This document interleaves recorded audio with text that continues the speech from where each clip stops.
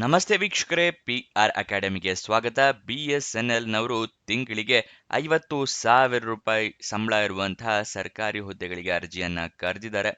ಇದರ ಬಗ್ಗೆ ಸಂಪೂರ್ಣ ಮಾಹಿತಿಯನ್ನ ತಿಳಿಸ್ಕೊಡ್ತೀನಿ. ಅದಕ್ಕಿಂತ ಮುಂಚೆ ನಮ್ಮ ಚಾನಲ್ ಸಬ್ಸ್ಕ್ರೈಬ್ ಆಗಿಲ್ಲ ಅಂದ್ರೆ ಇವಾಗಲೇ ಸಬ್ಸ್ಕ್ರೈಬ್ ಆಗಿ ಪ್ರತಿದಿನ ಇತರ ಜಾಬ್ ಡೀಟೇಲ್ಸ್ ಪಡ್ಕೊಳ್ಳಿ.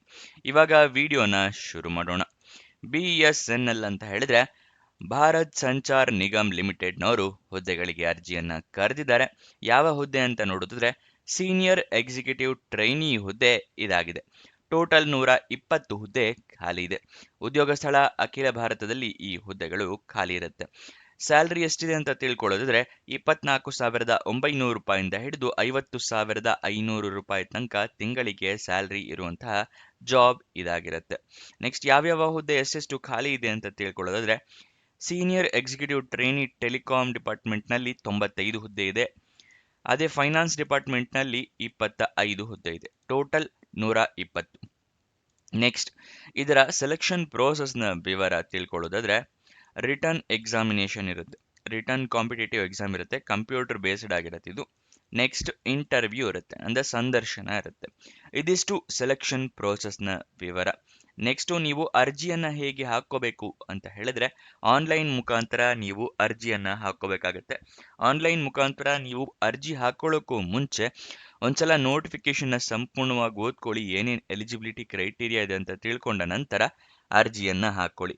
ಈ ನೋಟಿಫಿಕೇಶನ್ ಹೇಗೆ ಡೌನ್ಲೋಡ್ ಮಾಡಬೇಕು ಮತ್ತೆ ನಿಮಗೆ ಅಪ್ಲಿಕೇಶನ್ ಲಿಂಕ್ ಇದೆರಡನ್ನೂ ಕೂಡ ನಿಮಗೆ ತಿಳಿಸ್ಕೊಡ್ತೀವಿ ಇದೇ ವಿಡಿಯೋದಲ್ಲಿ ಮುಂದೆ. ನೆಕ್ಸ್ಟ್ ಆನ್ಲೈನ್ ಅಪ್ಲಿಕೇಶನ್ನಲ್ಲಿ ಇಮೇಲ್ ID ಮೊಬೈಲ್ ನಂಬರ್ನ ಕರೆಕ್ಟಾಗಿ ಹಾಕಿ. ನಿಮ್ಗೇನಾದರೂ ಜಾಬ್ ಸಿಕ್ಕರೆ ಇಮೇಲ್ ಅಥವಾ SMS ಮುಖಾಂತರ ಅವರು ತಿಳಿಸ್ಕೊಡ್ತಾರೆ. ಯಾವ್ಯಾವ ಡಾಕ್ಯುಮೆಂಟ್ಸ್ ರೆಡಿ ಇಟ್ಕೋಬೇಕು ಅಂತ ಹೇಳ್ತಾ ಇದ್ದೀನಿ. ಮೊದಲನೇದಾಗಿ ID ಪ್ರೂಫ್ ಬೇಕಾಗುತ್ತೆ. ಆಧಾರ್ ಕಾರ್ಡ್, ವೋಟರ್ ID ಅಥವಾ ಪಾನ್ ಕಾರ್ಡ್. ನೆಕ್ಸ್ಟ್ ಎಜುಕೇಷನ್ ಕ್ವಾಲಿಫಿಕೇಷನ್ಗೆ ನಿಮ್ಮ ಮಾರ್ಕ್ಸ್ ಕಾರ್ಡು, ಸರ್ಟಿಫಿಕೇಟ್ಸು ಬೇಕಾಗುತ್ತೆ.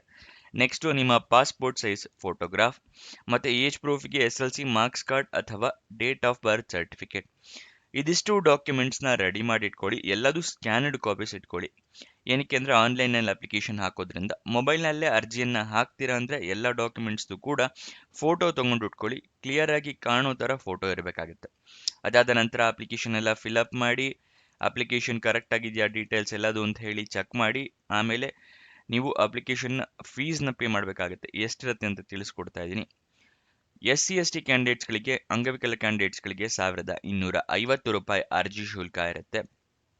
ಆದರೆ ನಿಮ್ಮ ಹತ್ರ ಪ್ರಮಾಣ ಪತ್ರ ಇರಬೇಕು. ಜಾತಿ ಪ್ರಮಾಣ ಪತ್ರ ಮತ್ತು ಡಿಸಬಿಲಿಟಿ ಸರ್ಟಿಫಿಕೇಟ್ ಇದ್ದವರು ಈ ರಿಸರ್ವೇಷನ್ನ ಪಡ್ಕೋಬಹುದು.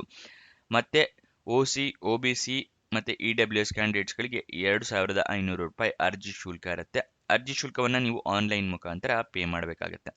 ಈ ಅರ್ಜಿ ಶುಲ್ಕ ಪೇ ಮಾಡಿದ ನಂತರ ನೀವು ಅಪ್ಲಿಕೇಶನ್ನ ಸಬ್ಮಿಟ್ ಮಾಡಿ. ಅಪ್ಲಿಕೇಶನ್ ಸಬ್ಮಿಟ್ ಮಾಡಿದ ಮೇಲೆ ನಿಮಗೇನಾದರೂ ಅಪ್ಲಿಕೇಶನ್ ನಂಬರ್ ಆ ಥರ ಏನಾದರೂ ನಂಬರ್ ಬಂದರೆ ಅದನ್ನು ಬರೆದಿಟ್ಕೊಳ್ಳಿ. ನಿಮ್ಮ ಫ್ಯೂಚರ್ ರೆಫರೆನ್ಸಿಗೆ ಬೇಕಾಗುತ್ತೆ. ಅಪ್ಲಿಕೇಶನ್ ಓಪನ್ ಆಗಿದ್ದ ದಿನಾಂಕನ ನೋಡೋದಾದ್ರೆ 5 ಫೆಬ್ರವರಿ 2026. ಕೊನೆಯ ದಿನಾಂಕ ಮುಂಚೆ 7 ಮಾರ್ಚ್ ಇತ್ತು. ಅದನ್ನು ಎಕ್ಸ್ಟೆಂಡ್ ಮಾಡಿ ಇವಾಗ 31 ಮಾರ್ಚ್ ತನಕ ಕಾಲಾವಕಾಶವನ್ನು ಕೊಟ್ಟಿದ್ದಾರೆ. ಸೊ ಮಾರ್ಚ್ 31ರೊಳಗಡೆ ಅರ್ಜಿಯನ್ನು ಹಾಕೋ ಥರ ವ್ಯವಸ್ಥೆ ಮಾಡ್ಕೊಳ್ಳಿ.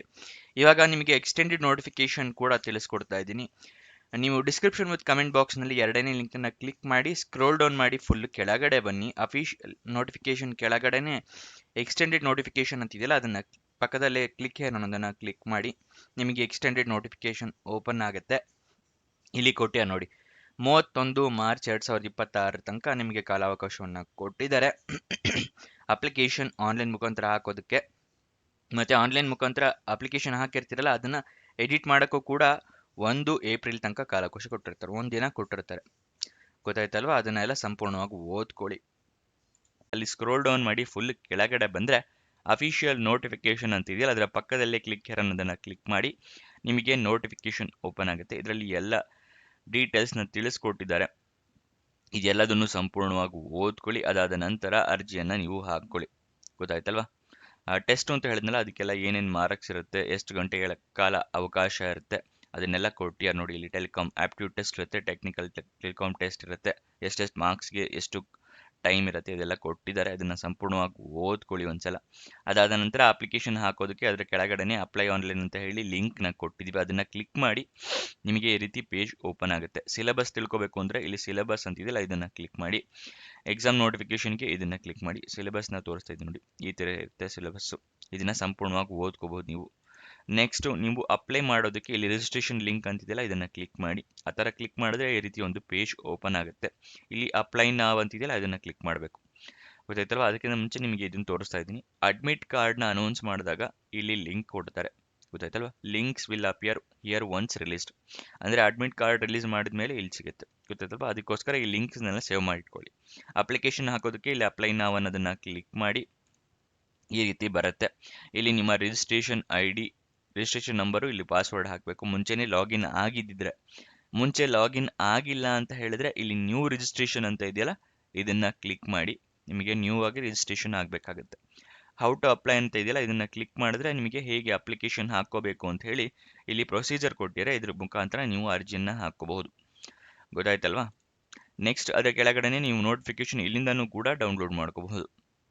ಇದಿಷ್ಟನ್ನ ನೆನ್ಪಿಟ್ಕೊಳ್ಳಿ. ಒಂದ್ಸಲ ವಿಡಿಯೋನ ಇನ್ನೊಂದ್ಸಲಿ ಬೇಕಾದ್ರೆ ನೋಡಿ, ಕನ್ಫ್ಯೂಷನ್ ಆದರೆ. ಅಫಿಷಿಯಲ್ ವೆಬ್ಸೈಟ್ ಅಡ್ರೆಸ್ ಬೇಕು ಅಂತ ಹೇಳಿದ್ರೆ bsnl.co.in, ಇದು ಅಫಿಷಿಯಲ್ ವೆಬ್ಸೈಟ್ನ ಅಡ್ರೆಸ್ ಆಗಿರುತ್ತೆ. ನೆಕ್ಸ್ಟ್ ಇದರ ಅರ್ಜಿ ಶುಲ್ಕವನ್ನು ತಿಳ್ಕೊಂಡ್ವಿ. ಏಜ್ ಲಿಮಿಟ್, ವಯೋಮಿತಿಯನ್ನು ತಿಳ್ಕೊಳ್ಳೋದಾದ್ರೆ ಮಿನಿಮಮ್ 21 ವರ್ಷ, ಮ್ಯಾಕ್ಸಿಮಮ್ 30 ವರ್ಷದವ್ರ ತನಕ ಅರ್ಜಿಯನ್ನು ಹಾಕಬಹುದು. 21ರಿಂದ 30 ವರ್ಷ ವಯೋಮಿತಿ ಆಗಿರುತ್ತೆ. ಎಜುಕೇಷನ್ ಕ್ವಾಲಿಫಿಕೇಶನ್ ತಿಳ್ಕೊಳ್ಳೋದಾದ್ರೆ ಸೀನಿಯರ್ ಎಕ್ಸಿಕ್ಯೂಟಿವ್ ಟ್ರೈನಿ ಟೆಲಿಕಾಂ ಹುದ್ದೆಗೆ BE ಅಥವಾ BTech ಆಗಿರಬೇಕು. ಯಾವುದರಲ್ಲಿ ಅಂತ ಹೇಳಿದ್ರೆ ಎಲೆಕ್ಟ್ರಾನಿಕ್ಸ್ನಲ್ಲಿ ಅಥವಾ ಟೆಲಿಕಮ್ಯುನಿಕೇಷನ್ ಅಥವಾ ಇದು ಎಲೆಕ್ಟ್ರಾನಿಕ್ಸ್ ಆ್ಯಂಡ್ ಟೆಲಿಕಮ್ಯುನಿಕೇಷನ್ಸ್ ಆಗಿರಬೇಕು, ಅಥವಾ ಎಲೆಕ್ಟ್ರಾನಿಕ್ಸ್ನಲ್ಲಿ ಆಗಿರಬೇಕು, ಅಥವಾ computer science, information technology, electrical instrumentation, ಇದು ಯಾವುದ್ರಲ್ಲಾದರೂ ಒಂದರಲ್ಲಿ ನೀವು BE ಅಥವಾ BTech ಕಂಪ್ಲೀಟ್ ಮಾಡಿರಬೇಕಾಗತ್ತೆ.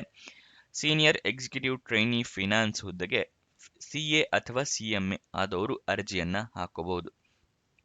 ಇದಿಷ್ಟು ಈ ಜಾಬ್ನ ವಿವರ. ನಿಮಗೇನೇ ಡೌಟ್ಸ್ ಅಥವಾ ಕ್ವಶನ್ಸ್ ಇದ್ದರೆ ಕಮೆಂಟ್ ಬಾಕ್ಸ್ನಲ್ಲಿ ಕಮೆಂಟ್ ಮಾಡಿ, ನಾವು ಉತ್ತರ ಕೊಡೋದಕ್ಕೆ ಪ್ರಯತ್ನ ಮಾಡ್ತೀವಿ.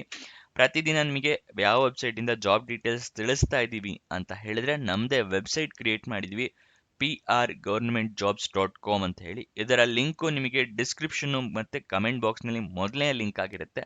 ಅಲ್ಲಿಂದ ಕ್ಲಿಕ್ ಮಾಡಿ ಹಲವಾರು ಜಾಬ್ಸಿಗೆ ನೀವು ಅಪ್ಲೈ ಮಾಡಬಹುದು. ಮತ್ತು ನೀವಿನ್ನೂ ನಮ್ಮ ವಾಟ್ಸಪ್ ಮತ್ತು ಟೆಲಿಗ್ರಾಮ್ ಚಾನಲ್ ಜಾಯಿನ್ ಆಗಿಲ್ಲ ಅಂದರೆ ಇವಾಗಲೇ ಜಾಯಿನ್ ಆಗಿ. ಡಿಸ್ಕ್ರಿಪ್ಷನಲ್ಲೇ ಲಿಂಕ್ ಇದೆ, ಮತ್ತು ಈ ವೆಬ್ಸೈಟ್ನಲ್ಲೂ ಕೂಡ ಈ ರೀತಿ ಬಟನ್ಸ್ ಇದೆ, ಇಲ್ಲಿಂದ ಕೂಡ ಕ್ಲಿಕ್ ಮಾಡಿ ನೀವು ಜಾಯಿನ್ ಆಗ್ಬೋದು. ಜಾಯಿನ್ ಆದರೆ ಪ್ರತಿದಿನ ನಿಮಗೆ ಗೌರ್ಮೆಂಟ್ ಜಾಬ್ ಡೀಟೇಲ್ಸ್ನ ಲಿಂಕ್ನ ಪ್ರೊವೈಡ್ ಮಾಡ್ತೀವಿ. ಅದಕ್ಕೋಸ್ಕರ ಜಾಯಿನ್ ಆಗೋದು ಮರಿಬೇಡಿ.